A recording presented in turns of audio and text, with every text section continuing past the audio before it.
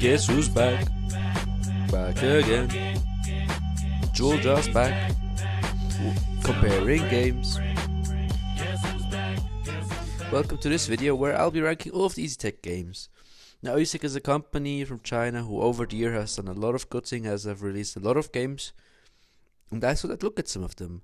Now, before I start this video, there's some games I'll exclude, and I'll mainly look at strategy games, so they're parking star games, so I'm not gonna look at you, I'm sorry. Those are just some Chinese games like War of the Gods. I'm not gonna look at them. So at number 15, we've got one of their first games actually, and that is the American Revolutionary War. And I never really played that game, so I only can go off the rank ratings, and that's a 3.7, and that's just not good enough. So at rank 14, another game which I haven't really played myself, which would be Three Kingdoms Conquer. It has a 3.7 rating and 100,000 downloads, so I did rate it higher than the downloads which American Revolutionary War got. At rank 13, we have the First European War, which is very similar to American Revolutionary War. It has a little higher ratings. I never really got into playing that, so that's why they're 13th.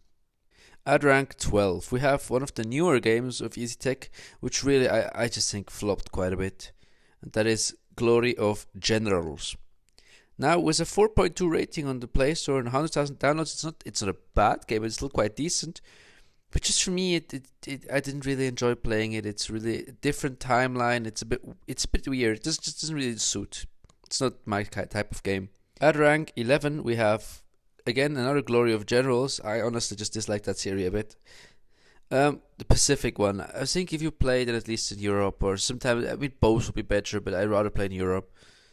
And that's why I was a Glory of Generals. The first one does a little better. Both of them have about a 500,000 rating. Glory of Generals Pacific has a little higher rating on the store, but I just felt that the European one was a bit better. At rank 9, now we're in the top 10, we have European War II. And European War II and a lot of the older games had one very big minus, and that would be the time. Because every round just goes so long, you couldn't skip, which also makes the new games a lot better. Just because it's not really playable anymore. Nowadays, it's hard to play. And European War II was a lot of fun. I enjoyed it while I was there. It was a cool game, but the other ones are better. That's why at rank 8 we have World Conqueror 4 1945. The first World Conqueror, and also actually quite a decent game. It's very similar to European War II, just on the world scale. That's why I enjoyed it a bit more. And you had more nations which could do special things. At rank 7, now European War 3 has a 4.2 rating on the store and only 10,000 downloads, which is somehow really low. I don't know why. It's overall an okay game. It's a World War 1 game. It's quite decent. I've played it. One of the middle rank games. At rank 6 we have one of the newer games, which is European War 5. Now a lot of people will say maybe that's even too high for that game, but I think it's quite decent. Only has a 3.8 rating on the store and 100,000 downloads, but I think it's still quite fun, and it has, maybe I overrated a bit, but I think it's not bad, the game.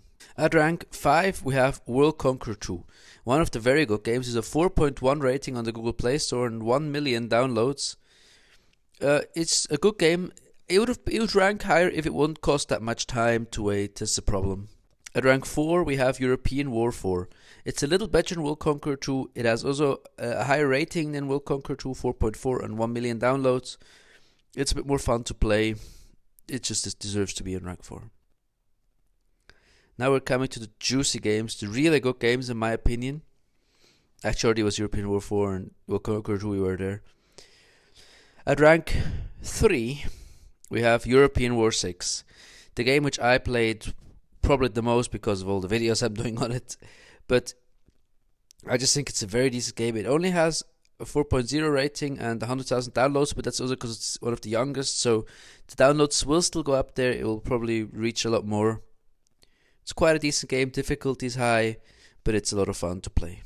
Now for me, rank 2 and 1 were so hard to distinguish between World Conqueror 3 and World Conqueror 4. These games are so similar.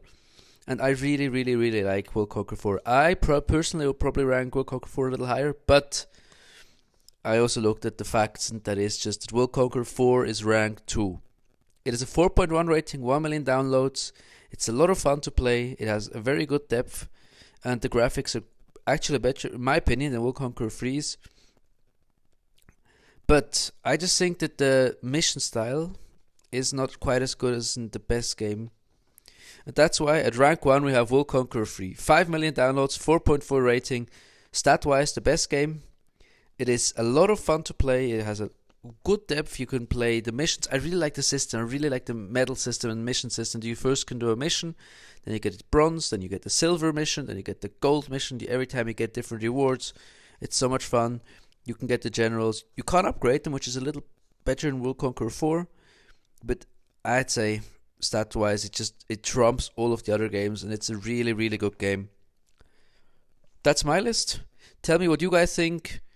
Maybe I'm somewhere wrong. I probably can imagine European War 5 will get a bit of flack, my position for it. But yeah, tell me. Have a nice and